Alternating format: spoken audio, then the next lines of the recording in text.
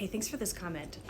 Anybody who knows me talking about meditation knows that I tend to say meditation does not have to be sitting cross-legged on the top of a mountain with hand mudras chanting Om. It does not have to be that deep. It does not have to be that extreme. Meditation can take many, many, many forms.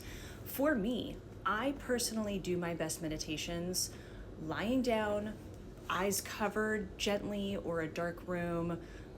Something that I really love to listen to, which usually more often than not is binaural beats, sometimes sound bowls or something like that. But something that helps my brain kind of immediately drop into those meditative brainwave states.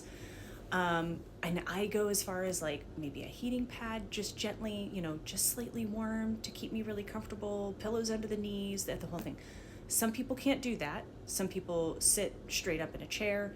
Some people do not feel comfortable and safe closing their eyes to meditate. So that can be like looking at mandalas or gazing gently at a blank wall, or even like a painting or something that isn't distracting, a candle flame, anything like that that wouldn't cause extra sensory to the eyes, but that you can, soften your gaze and kind of that daydream gaze where you're like looking but you're not actually seeing, but a lot of people do best when they're doing something like mundane tasks. I know people who meditate and come up with their best ideas, or receive spiritual information while walking in nature or going out on a run, or doing exercise in general, in the shower, folding laundry, not that I'm really good at that, but doing the dishes, cleaning, walking their dogs.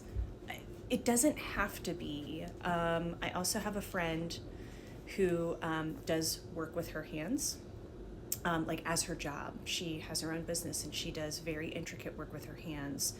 And through talking with her, found that, because she also does not feel that she's good at meditating, but we found that she actually is receiving intuitive information while she's doing that work with her hands, because she kind of goes into that open channeled flow sort of state.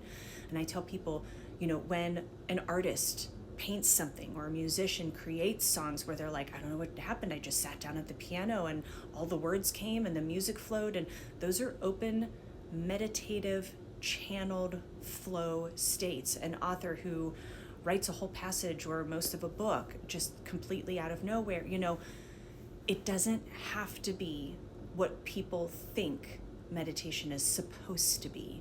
Every person can meditate in the way that they find works best for them.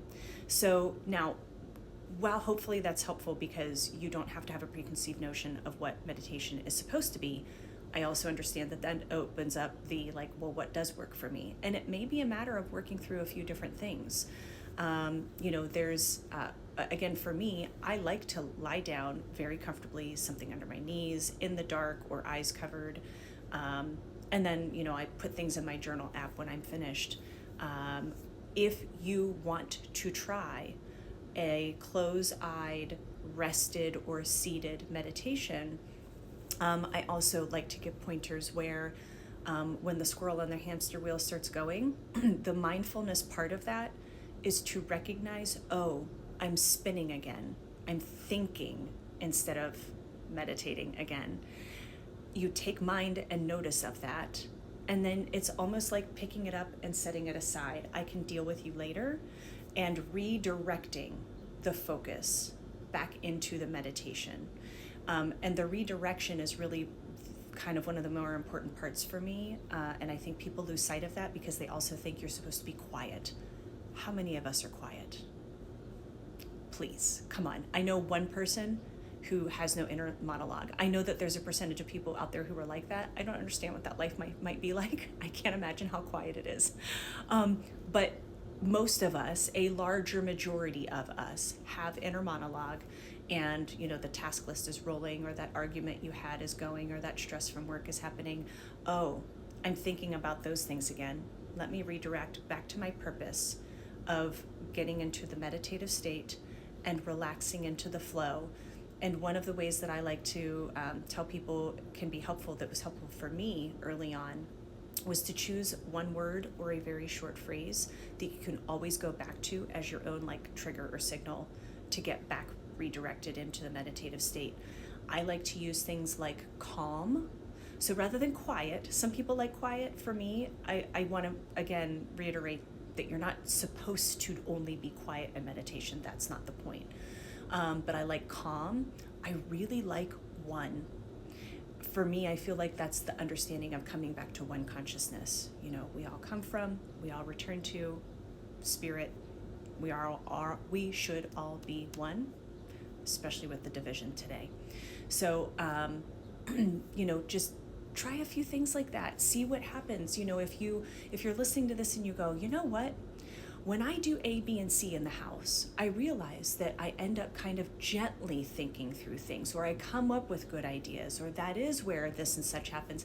That might be your place for meditation. And if you find that it's spinning thoughts while in that state, use that trigger or anything that comes up for you from your own intuition to come back and redirect into flow. Ask your guides as well. Guides, help show me my next best steps to better meditation. Show me my next best steps to learning how to redirect and become more meditative in that open flowed state. So don't forget about they're always, always, always there and available for you, and they want to help. If you call on them, they know that you want the help and you're open to it as well. So just to give you a few ideas, I hope that might be helpful, and good luck out there. I know you can do it. It's just a matter of finding out what works best for you.